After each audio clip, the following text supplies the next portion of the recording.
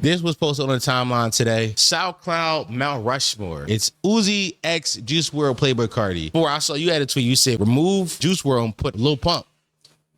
I said Lil Pump or Ski Mask only because of the X association, but I guess Lil Pump was the one that I'm like, I think we forget that was, I think, actually the peak of SoundCloud rap. So if you're making a Mount Rushmore, you got to include the guy that the term SoundCloud rap was fully baked. It was fully like whatever that idea was, we all knew what it was.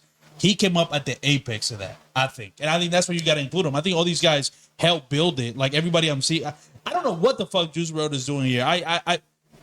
I've never considered him a SoundCloud rapper. I don't know if I'm tripping. I agree. I don't know what the fuck. I'm with you. I don't know who the fuck threw him there. That makes no fucking sense. I do think the SoundCloud rap era has just become like very homogenous with, did you have color dreads? I don't think Juice WRLD was a SoundCloud rapper. I think Juice WRLD came later on. Juice WRLD's peak was later on, post SoundCloud. Not totally out of a SoundCloud world, but he did not get his name from SoundCloud. Like, I don't think he got that. I think a lot of Juice WRLD name came from old heads being like, oh, he can freestyle the top of his head, and young kids being like, I'm sad and I'm depressed. The only other people, and somebody responded to this one into my tweet saying Trippie Redd, and I can make I can make a big argument for Trippie Redd. We don't get 6ix9ine, a very crucial part of that era, without Trippie Redd. I believe the story goes such. Gummo was a Pierreborn beat that 6ix9ine stole, but both Trippie Redd and 6ix9ine were both signed to 1400 Records. Okay. So through management, they got the feature happen. Now, Trippie Redd was already like very popular inside of the underground SoundCloud scene,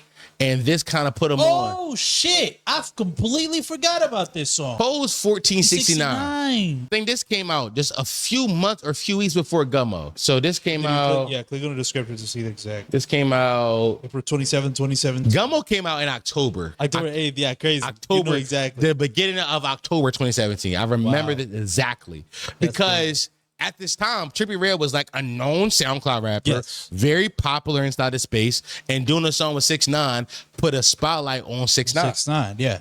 So I think just off that affiliation, I know a lot of y'all 6ix9ine or Red 6. He is, but for how important he was to that era of music, I don't think it's crazy to say that maybe we could take somebody else off this list and maybe put 6ix9ine up there. Well, if we're gonna do this, we gotta specify what the fuck SoundCloud era rapper is. Is it just being in that era, in that sound, or is it or is it tied specifically to the platform? Okay. You see what I'm saying? Like, that is a good point. There's a distinction in those two. I think like the reason I think like Cardi, X, and Uzi are like ironclad in the Mount Rushmore is because I think people associate it more so with like the sound of that time. Who were the biggest at that time that represented hip hop? Do you think a SoundCloud rapper is more, for us, people who are from the generation, is more tied to the sound, or people who had their success from SoundCloud? That's why I made the case for Lil Pump, because I mean, you can't describe Lil Pump's music anything more than SoundCloud. Like it's like that distilled. Like there's literally zero ways to describe it. By the way, fuck that. I might put Suicide Boys up there. I don't even like Suicide Boy music, but I know they were like very big on SoundCloud. Yeah. Fuck it, let's go all the way with it. And I think we take out Uzi and Cardi from this list. I 1000% think Uzi and Cardi go. They gotta leave. You gotta get them out of here. Uzi, Cardi, Juice WRLD gotta go. Yeah.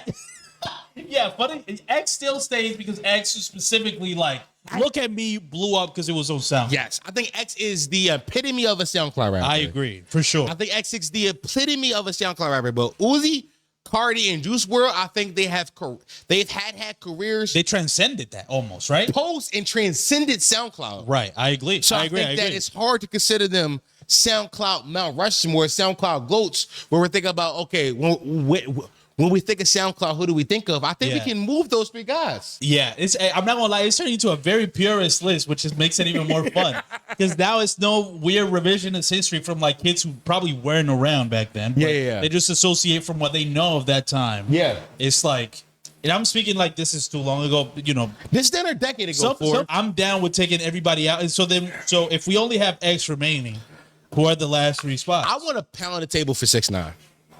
Okay, go ahead. Make the case. Here's why I'm pounding the table for 6ix9ine specifically. Because I don't think 6ix9ine's music necessarily blew off of SoundCloud. Right. I think it was more YouTube music videos that helped him, especially with the gang imagery and all that shit. I think that helped a lot. Rainbow hair, all that, The rainbow hair, all that. 6ix9ine tattoos. So yeah, it's an image. His image, and I think YouTube helped with that. But I think we're talking about the image of a SoundCloud rapper. I think 6ix9ine embodies that more than anybody else on the list. I agree. Especially being like this clout demon. I know clout's still a word, but nobody really says it anymore. But talking about clout demons, clout chasers. Yeah. 6ix9ine is that epitomized. Also, he comes from the internet. And I think to be a SoundCloud rapper, there almost has to be this intrinsic connection to the internet and internet culture as a whole, which is why I think X stays. I think X is an epitome of internet culture, and 6ix9ine is also. 6ix9ine come from Tumblr. Like, so I think 6ix9ine gotta make the Mount Rushmore. I think off your case of like when you think of a SoundCloud rapper, what do you imagine? I think 6ix9ine is very much in that lineage. Absolutely. If we do that, then we probably don't need Lil Pump, because I think actually 6ix9ine is more of like, they're kind of, it's the same shit, to be honest. I could put a case for Lil Pump being here too. Yeah, but I think for the sake of like spots in the Mount Rushmore, I think 6ix9ine and Lil Pump occupy a similar lane. Well, I will say this inside this. And 6ix9ine was bigger than Lil Pump, I think. I will say this inside. I mean, was he though? Let's talk about that for a second. Let's talk about that for a second. I'll come back to that. But inside, but to argue against your initial point of 6ix9ine and Lil Pump occupying the same role, does Uzi and Cardi occupy the same role inside his list? Will they not? I think X occupies, because X not only was very much the SoundCloud rap era, he also has the $1 billion or the billion stream albums on Spotify in the chart topping that all the other guys do.